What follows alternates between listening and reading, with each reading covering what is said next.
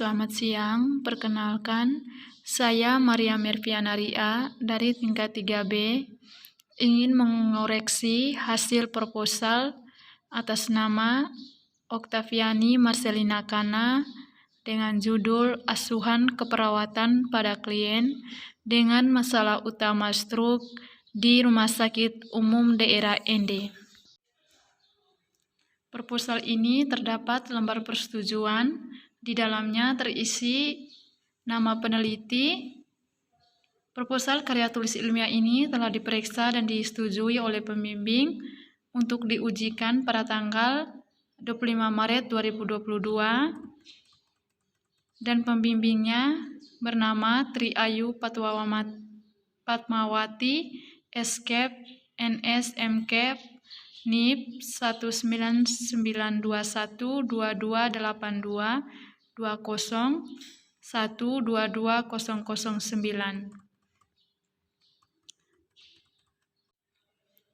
dalam proposal ini juga terdapat lembar pengesahan, di mana di dalam lembar pengesahan ini terdapat nama peneliti dan juga proposal karya tulis ilmiah ini telah diujikan dan dipertanggungjawabkan pada tanggal 25 Maret 2022 dengan penguji ketua Rifatunisa, SCAP, NS, MCAP, dan penguji anggota Tri Ayu Patmawati, SCAP, NS, MCAP.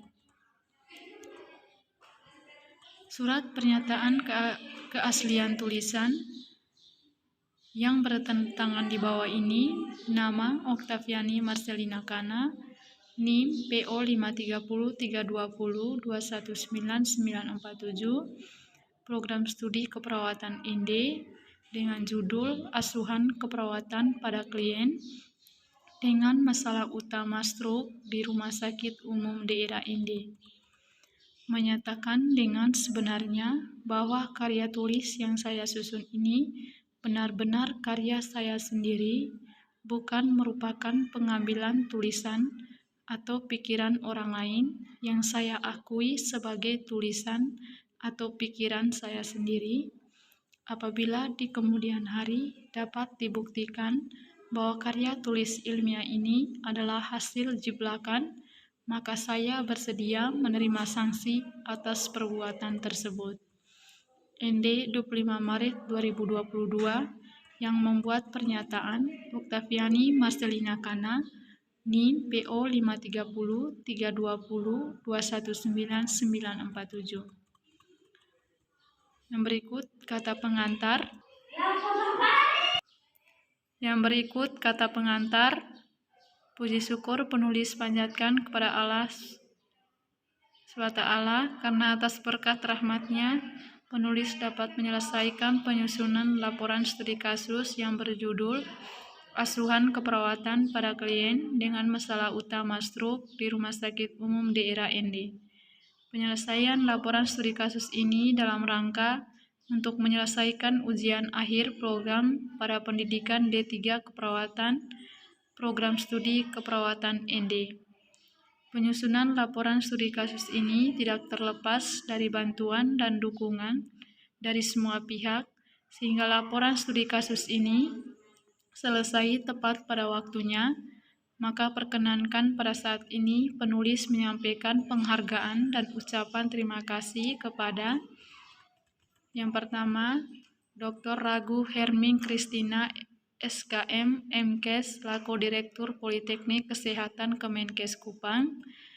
Yang kedua, Aris Wawomeo, MCAP, NS, SPCAP, KOM, selaku Ketua Program Studi D3 Keperawatan ND. Yang ketiga, Tri Ayu Patmawati, SCAP, NS, MCAP, selaku pembimbing sekaligus penguji yang telah banyak meluangkan waktu dan pikiran untuk membimbing dan menguji penulis dalam menyelesaikan laporan studi kasus ini. Yang keempat, Rifatunisa, SCAP, NS, MCAP, selaku dosen penguji yang telah meluangkan waktu untuk menguji proposal karya tulis ilmiah penulis. Yang berikut, orang tua, kakak, dan orang-orang tercinta yang senantiasa mendoakan dan mendukung penulis baik secara materi maupun non-materi, sehingga penulis dapat menyelesaikan laporan studi kasus ini. Penulis menyadari bahwa laporan studi kasus ini masih jauh dari kata sempurna. Oleh karena itu, kritik dan saran dari pembaca yang bersifat sempurna, yang bersifat membangun sangat dibutuhkan oleh penulis. Akhir kata, semoga laporan studi kasus ini dapat digunakan dalam proses pembelajaran dalam dunia pendidikan. ND 25 Maret 2022. Penulis. Yang berikut daftar isi, halaman sampul depan, halaman sampul dalam, lembar persetujuan, lembar pengesahan, pernyataan keaslian tulisan, kata pengantar, daftar isi, bab 1 pendahuluan terdiri dari latar belakang, rumusan masalah, tujuan penulisan, dan manfaat penulisan. Bab 2 tinjauan pustaka terdiri dari konsep dasar medistroke, konsep masalah keperawatan, dan konsep asuhan keperawatan. Bab 3 metode studi kasus terdiri dari desain studi kasus, subjek studi kasus, batasan istilah, lokasi dan waktu, metode studi kasus, teknik pengumpulan data, instrumen pengumpulan data, keabsahan data, analisa data, dan daftar pustaka. Yang pertama, saya ingin mengoreksi di bab 1 pendahuluan, latar belakang. Stroke adalah penyebab utama kecacatan, demensial, dan kematian di seluruh dunia, dan dikaitkan dengan substansial biaya ekonomi. Stroke juga adalah suatu keadaan yang timbul karena terjadi gangguan perdarahan di otak yang menyebabkan terjadinya kematian jaringan otak, sehingga mengakibatkan seorang menderita kelumpuhan atau kematian. Berdasarkan data terbaru tahun 2019, pada Global Stroke Statistik diidentifikasi bahwa peningkatan yang konsisten dalam insiden stroke itu berada di negara-negara berpenghasilan rendah dan menengah. Di Indonesia, stroke menempati urutan ketiga setelah asma dan kanker. Berdasarkan prevalensi, penyakit stroke meningkat seiring bertambahnya umur, dengan kasus tertinggi pada kelompok umur 55-64 tahun. Stroke masih menjadi salah satu masalah utama kesehatan, bukan hanya di Indonesia, namun di dunia. Beberapa faktor resiko stroke yaitu hipertensi, peningkatan kadar lemak dan diabetes mellitus, merokok, tingkat aktivitas fisik lemah, obesitas, penyakit jantung. Salah satu upaya untuk menurunkan tingkat kejadian stroke dengan melakukan pencegahan sejak dini pada pasien stroke, baik sebelum maupun sesudah terjadinya serangan. Pencegahan penyakit stroke terdiri dari pencegahan primer dan pencegahan sekunder. Faktor risiko yang dapat mempengaruhi kejadian stroke yaitu merokok, yang dapat menyebabkan perdarahan intraserebral dengan merusak dinding arteri yang pecahnya pembuluh darah. Riwayat hipertensi dapat merusak arteri ke seluruh tubuh dan mengakibatkan pecahnya pembuluh darah. Penyakit stroke memberikan dampak yang sangat merugikan bagi penderitanya sendiri. Dampak stroke yang paling umum terjadi yaitu hemiparese atau kelemahan dan hemiplegia atau kelumpuhan, merupakan salah satu bentuk defisit motorik.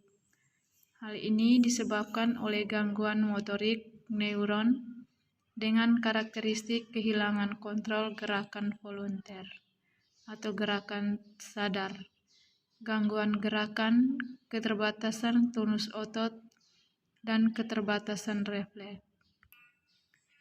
Yang berikut saya akan mengoreksi di bab 2, tinjauan pustaka.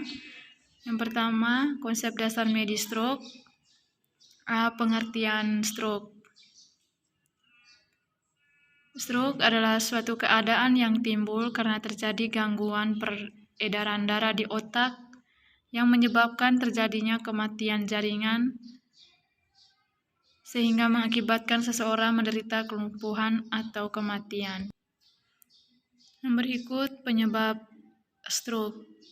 Beberapa keadaan di bawah ini dapat menyebabkan stroke, antara lain yang pertama trombosis cerebral, yaitu bekuan darah di dalam pembuluh darah otak.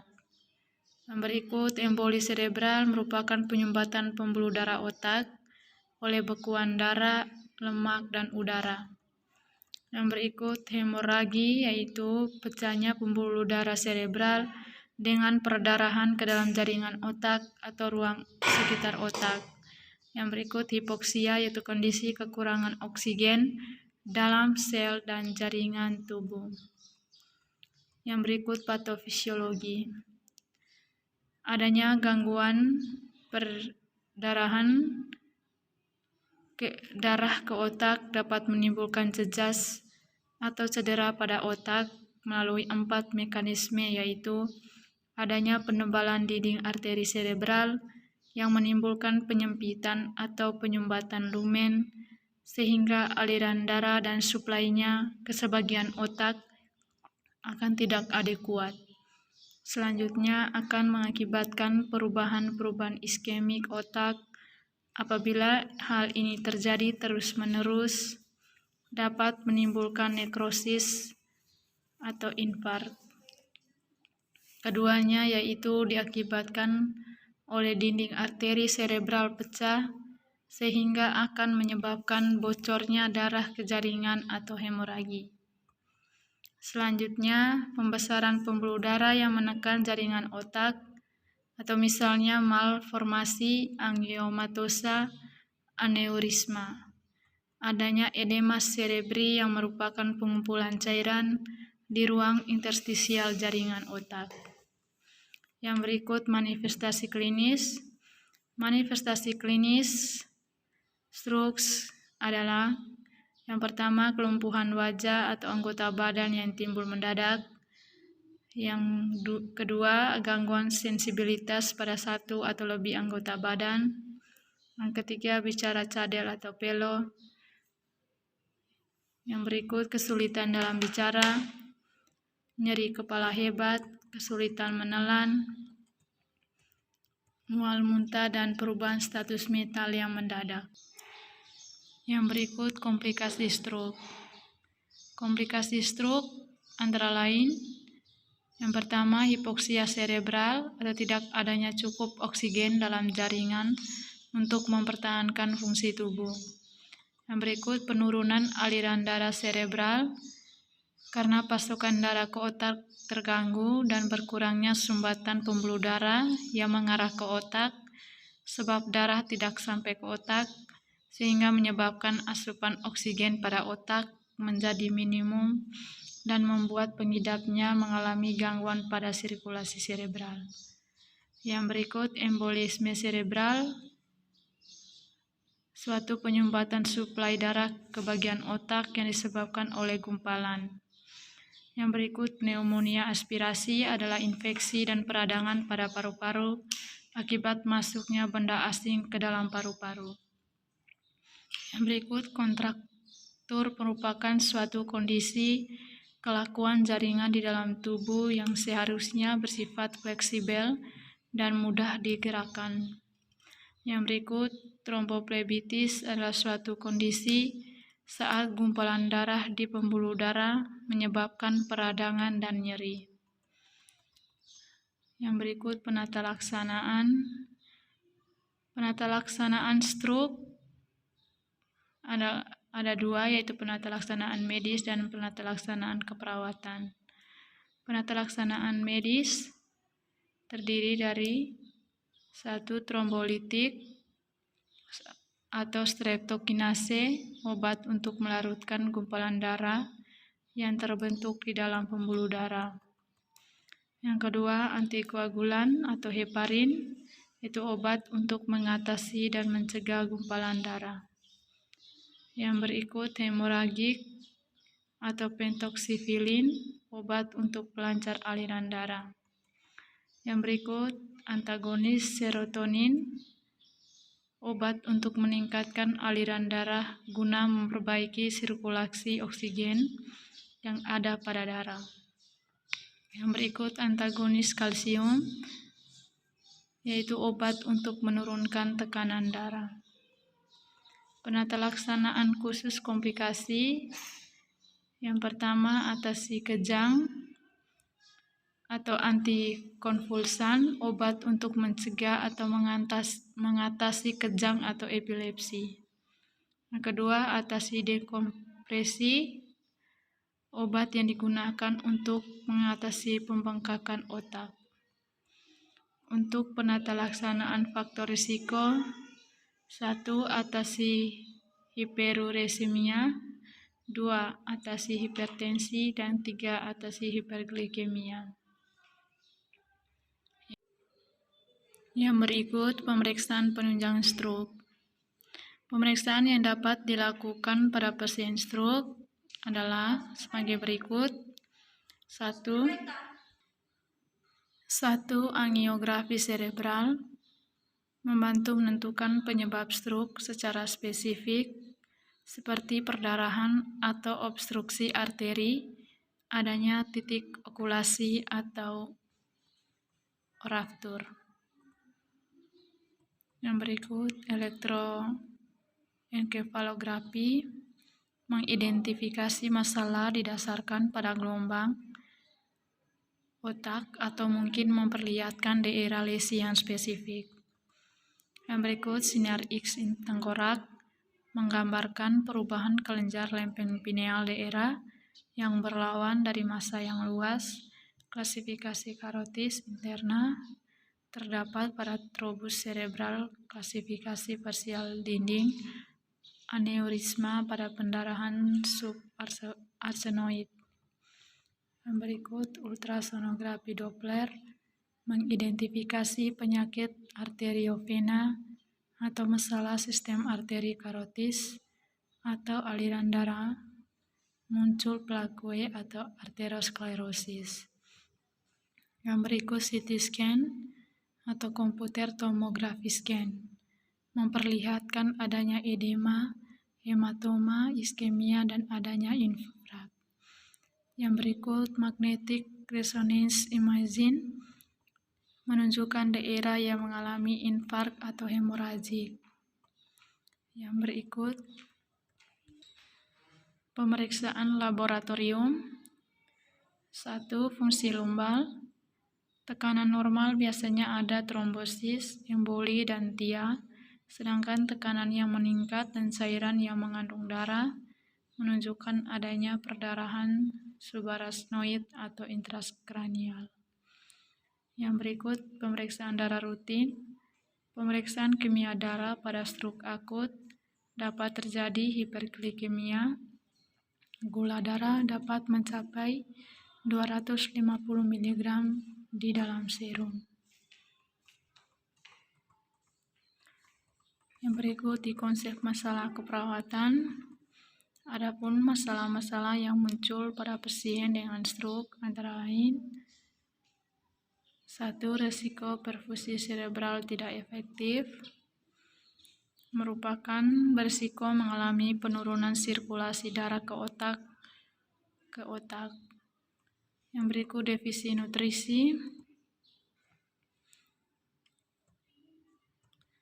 merupakan asupan nutrisi tidak cukup untuk memenuhi kebutuhan metabolisme.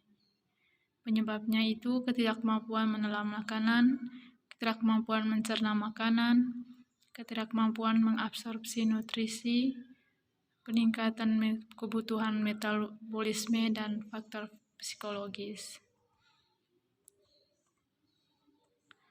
Yang berikut, gangguan mobilitas fisik, merupakan keterbatasan dalam gerakan fisik dari satu arah atau lebih ekstremitas secara mandiri. Penyebabnya kerusakan integritas struktur tulang, perubahan metabolisme, penurunan kendali otot, penurunan kekuatan otot, kekakuan sendi, dan nyeri. Yang berikut, gangguan integritas kulit atau jaringan merupakan kerusakan kulit atau dermis atau epidermis atau jaringan membran mukosa, kornea, fasia, otot, tendon, tulang, kartilago, kapsul, sendi, dan ligamen. Penyebabnya perubahan sirkulasi, perubahan status nutrisi, kekurangan atau kelebihan volume cairan, penurunan mobilitas, proses penuaan. Yang berikut, gangguan komunikasi verbal merupakan penurunan, perlambatan, atau ketidakmampuan untuk menerima, memproses, mengirim, dan menggunakan sistem simbol. Penyebab penurun sirkulasi cerebral, gangguan neuromuskuler, gangguan pendengaran, gangguan muskuloskeletal, kelainan palatum.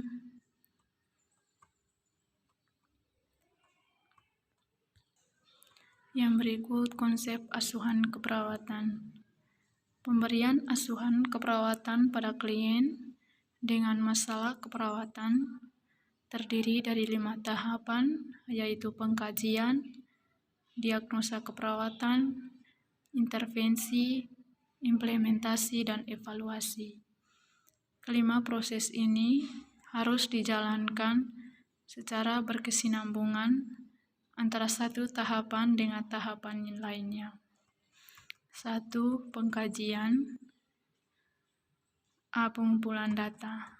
Pengkajian adalah tahap awal dari proses keperawatan dan merupakan upaya untuk pengumpulan data secara lengkap dan sistematis, mulai dari pengumpulan data, identitas, dan evaluasi status kesehatan klien. Hal-hal yang perlu dikaji antara lain: 1. Identitas, yang terdiri dari identitas klien dan meliputi nama, umur, jenis kelamin, pendidikan, alamat pekerjaan, agama, suku bangsa, tanggal dan masuk rumah sakit, nomor register, dan diagnosa medis. Yang kedua, keluhan utama. Sering menjadi alasan klien untuk meminta pertolongan kesehatan adalah kelemahan anggota gerak sebelah badan, bicara pelo, tidak dapat berkomunikasi, dan penurunan tingkat kesadaran. Yang berikut, data riwayat kesehatan. Riwayat kesehatan sekarang, serangan stroke berlangsung sangat mendadak pada saat klien sedang melakukan aktivitas ataupun sedang beristirahat. Biasanya terjadi nyeri kepala, mual, muntah, bahkan kejang sampai tidak sadar. Yang berikut, riwayat penyakit dahulu. Adanya riwayat hipertensi, riwayat stroke sebelumnya, diabetes mellitus, penyakit jantung, anemia, dan riwayat trauma kepala. Yang berikut, riwayat keluarga. Biasanya ada riwayat keluarga yang menderita hipertensi, diabetes mellitus, atau adanya riwayat stroke dan generasi terdahulu. Yang berikut, pengkajian perpola. Yang pertama, aktivitas dan istirahat. Gejalanya merasa kesulitan untuk melakukan aktivitas karena kelemahan, kehilangan sensasi atau paralisis, merasa mudah lelah, susah untuk beristirahat. Tandanya gangguan tonus otot, paralitik, dan terjadi kelemahan umum, gangguan penglihatan, dan gangguan tingkat kesadaran. Berikut, sirkulasi. Gejalanya adanya penyakit jantung, polisitemia, riwayat hipertensi postural. Tandanya, hipertensi arterial sehubungan dengan adanya embolisme atau malformasi vaskuler, frekuensi nadi bervariasi, dan disritmia. Yang berikut, integritas ego, gejalanya, perasaan tidak berdaya dan perasaan putus asa. Tanda, emosi yang labil dan tidak kesiapan untuk marah, sedih dan gembira, kesulitan untuk mengekspresikan diri. Yang berikut, eliminasi. Gejalanya terjadi perubahan pola berkemih, tanda distensi abdomen dan kandung kemih, bising usus negatif. Makanan dan cairan, gejala nafsu makan hilang, mual muntah selama fase akut, kehilangan sensasi pada lidah dan tenggorokan, disfagia, adanya riwayat diabetes, peningkatan lemak dalam darah. Tandanya kesulitan menelan dan obesitas. Neurosensori, gejala sakit kepala, kelemahan atau kesemutan, hilangnya rasa sensorik kontralateral pada ekstremitas, penglihatan menurun, gangguan rasa pengecapan dan penciuman. Tanda, status mental atau tingkat kesadaran biasanya terjadi koma pada tahap awal hemoragik, gangguan fungsi kognitif, pada wajah terjadi paralisis, afasia ukuran atau reaksi pupil tidak sama, kekakuan dan kejang. Kenyamanan atau nyeri, gejala sakit kepala dengan intensitas yang berbeda-beda, tanda tingkah laku yang tidak stabil, gelisah, ketegangan pada otot. Pernapasan, gejala merokok, tanda ketidakmampuan menelan atau batuk, hambatan jalan napas, timbulnya pernapasan sulit dan suara napas terdengar rongki. Keamanan, tanda masalah dengan penglihatan, perubahan sensori persepsi terhadap orientasi tempat tubuh, tidak mampu mengenal objek, gangguan berespon terhadap panas dan dingin, kesulitan dalam menelan. Pemeriksaan fisik, yang pertama keadaan umum. 1. Kesadaran. Biasanya para pasien stroke mengalami tingkat kesadaran pasien mengantuk, namun dapat sadar saat dirangsang atau somnolen. Pasien acuh tak acuh terhadap lingkungan atau apatis. Mengantuk yang dalam atau stupor, koma, hingga penurunan kesadaran dengan GCS kurang dari 12 pada awal terserang stroke, sedangkan pada saat pemulihan biasanya memiliki tingkat kesadaran letargi dan kompos mentis dengan GCS 13-15.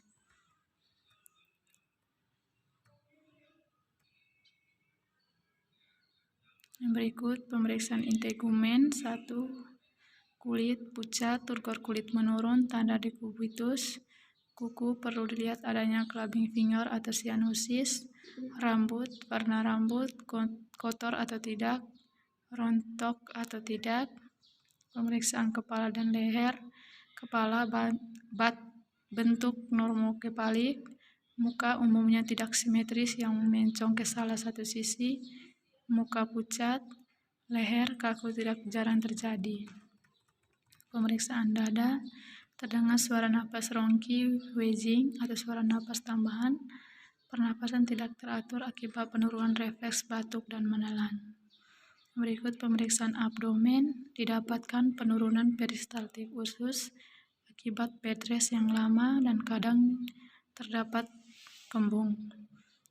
Pemeriksaan inguinal, genitalia dan anus, kadang terdapat inkontinensia atau retensi urin.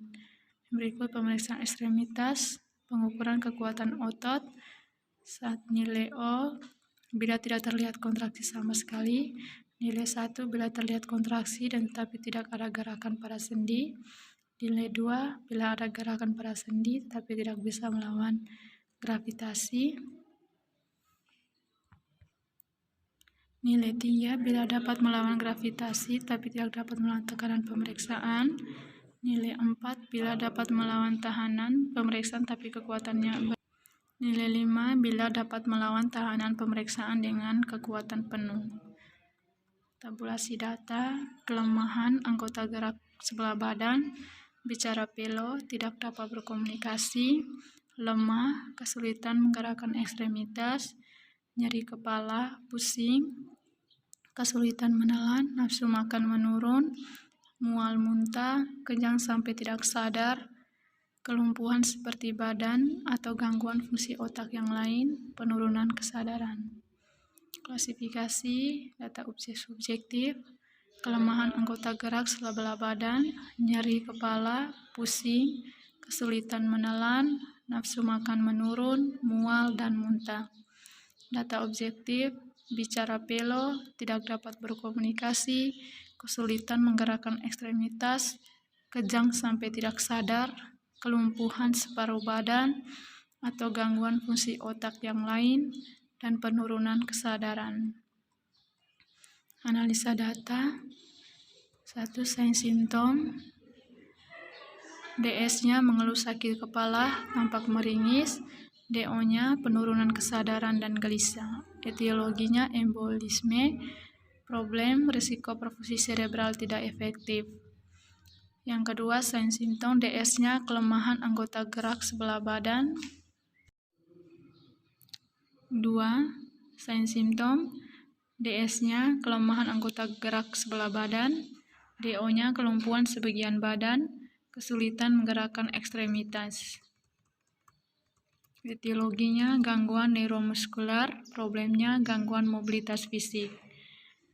Yang ketiga, sign simptom DS-nya tidak ada, DO bicara pelo, tidak dapat berkomunikasi.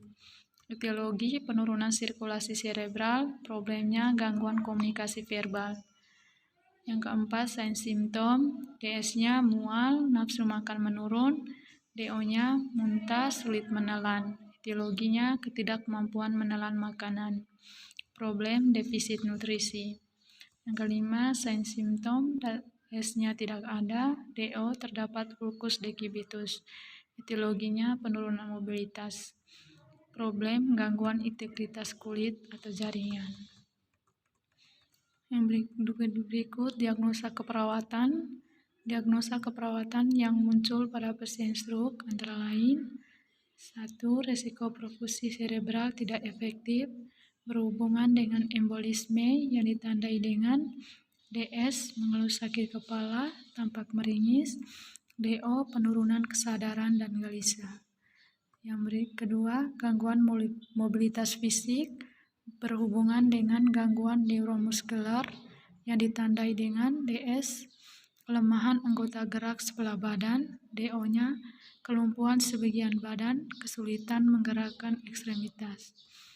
Berikut gangguan komunikasi verbal berhubungan dengan penurunan sirkulasi cerebral yang ditandai dengan DS-nya tidak ada, DO bicara pelo, tidak dapat berkomunikasi. Yang keempat, defisit nutrisi berhubungan dengan ketidakmampuan menelan makanan yang ditandai dengan DS mual, nafsu makan menurun, DO-nya muntah dan sulit menelan. Yang berikut, gangguan integritas kulit berhubungan dengan penurunan mobilitas yang ditandai dengan DS-nya tidak ada, DO terdapat ulcus decubitus. Yang ketiga, intervensi keperawatan. Risiko perfusi cerebral tidak efektif berhubungan dengan embolisme. Tujuannya setelah dilakukan asuhan keperawatan diharapkan masalah dapat teratasi. Kriteria hasilnya tingkat kesadaran meningkat, tekanan intrakranial menurun, sakit kepala menurun, dan gelisah menurun. Intervensinya manajemen peningkatan tekanan intrakranial. Yang pertama, monitor tanda atau gejala peningkatan TIC. Misalnya tekanan darah meningkat, tekanan nadi melebar, bradikardia, pola nafas irreguler, kesadaran menurun.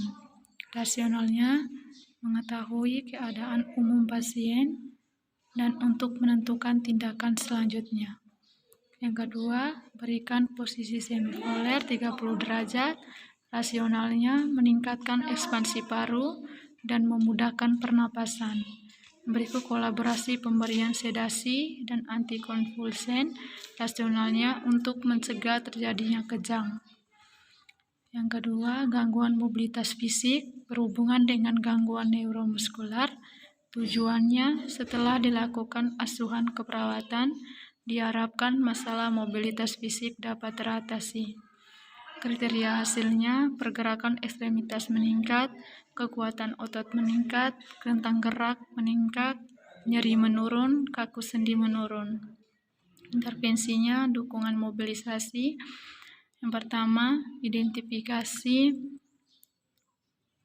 toleransi fisik, melakukan pergerakan rasionalnya untuk mengidentifikasi kekuatan atau kelemahan dan memberi informasi tentang pemulihan.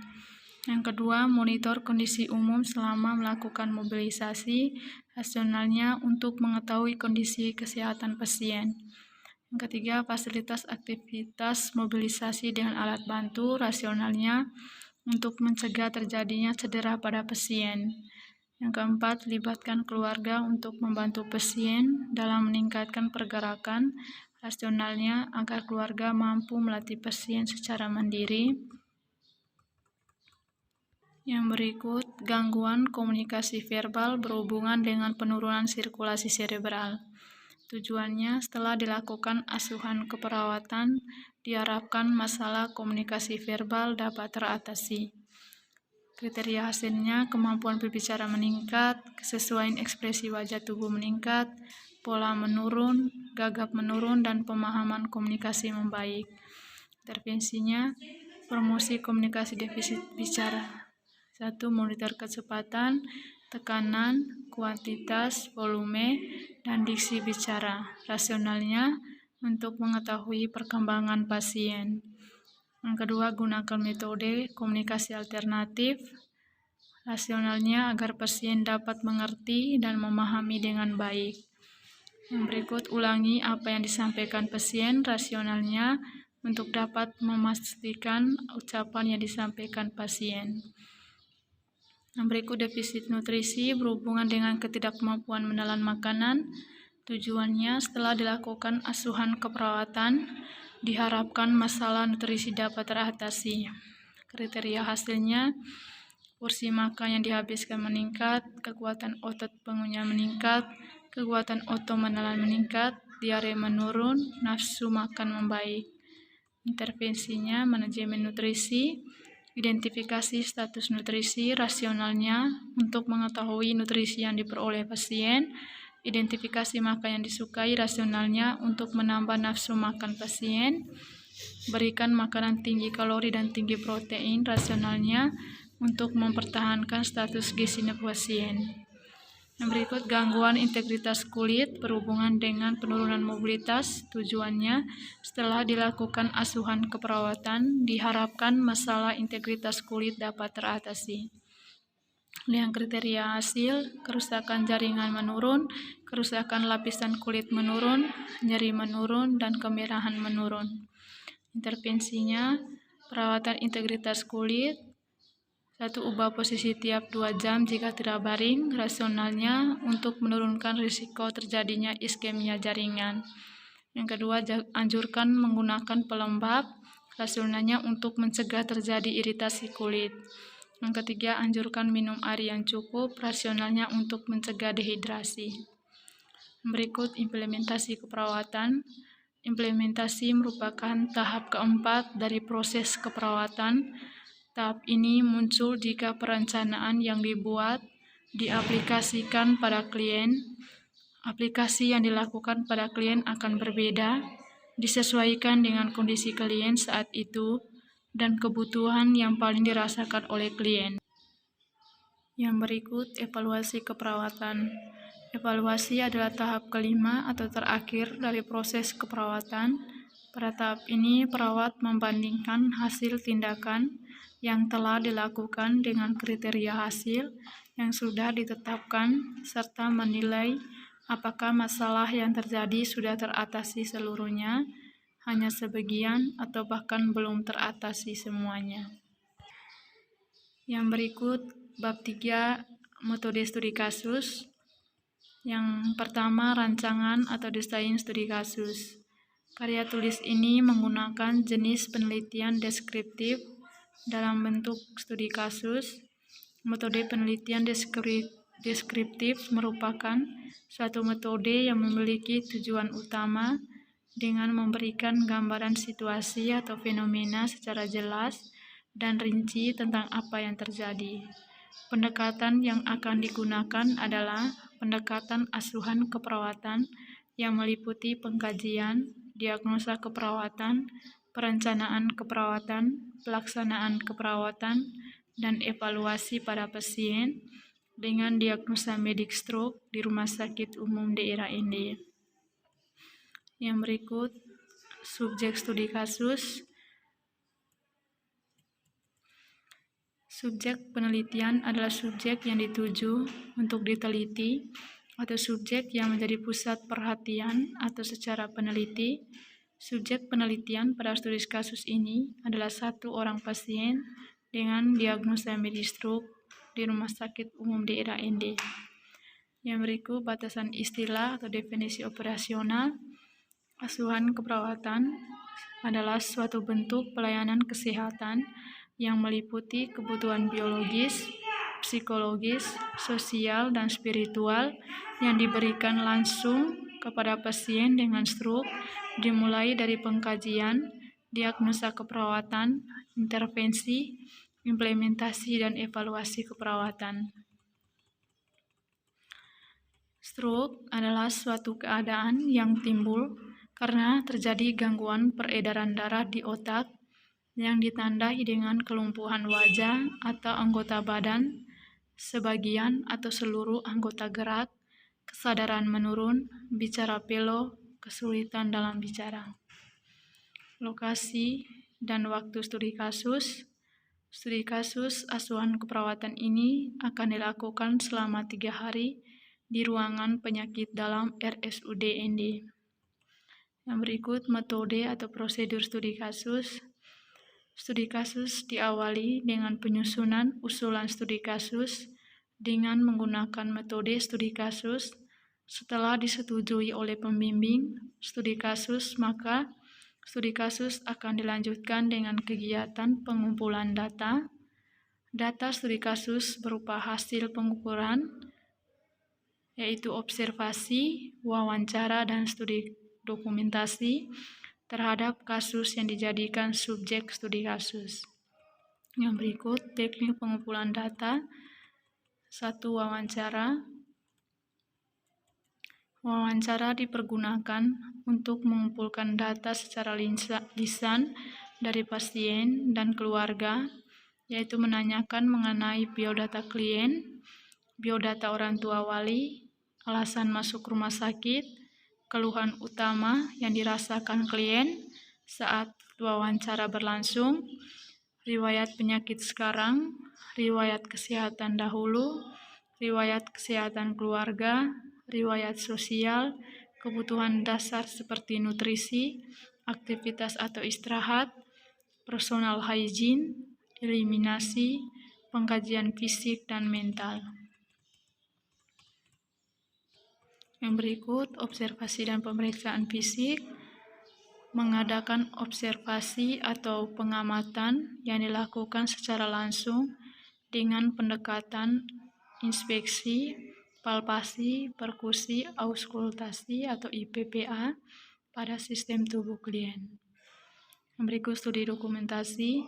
Studi dokumentasi dilakukan dengan melihat hasil pemeriksaan pasien seperti hasil pemeriksaan laboratorium, catatan medis, dan keperawatan pasien. Yang berikut, instrumen pengumpulan data. Instrumen pengumpulan data yang digunakan adalah format pengkajian asuhan keperawatan medikal bedah. Yang berikut, keabsahan data. Keabsahan data merupakan standar kebenaran suatu data berupa data valid dan data aktual. Pada studi kasus ini, data diperoleh dari 1. Data primer, sumber data yang dikumpulkan dari klien yang dapat memberikan informasi yang lengkap tentang masalah kesehatan dan keperawatan yang dihadapinya, meliputi biodata klien, biodata orang tua wali, alasan masuk rumah sakit, keluhan utama yang dirasakan klien saat wawancara berlangsung, riwayat penyakit sekarang, riwayat kesehatan dahulu, riwayat kesehatan keluarga, riwayat sosial, kebutuhan dasar seperti nutrisi, aktivitas atau istirahat, personal hygiene, eliminasi, pengkajian fisik dan mental. Nah, berikut data sekunder. Sumber data yang dikumpulkan dari orang terdekat klien atau keluarga, seperti orang tua, saudara, atau pihak lain yang mengerti dan dekat dengan klien, meliputi riwayat penyakit keluarga, peran keluarga dalam perawatan pasien di rumah maupun di rumah sakit, dan studi dokumentasi. Nah, berikut analisa data. Analisa data yang dilakukan dalam penelitian ini dimulai dengan mengumpulkan data-data berupa data keperawatan yang kemudian diklasifikasikan dalam bentuk data subjektif dan data objektif. Setelah diklasifikasikan, data-data tersebut kemudian dianalisa untuk mendapatkan masalah keperawatan yang muncul pada klien.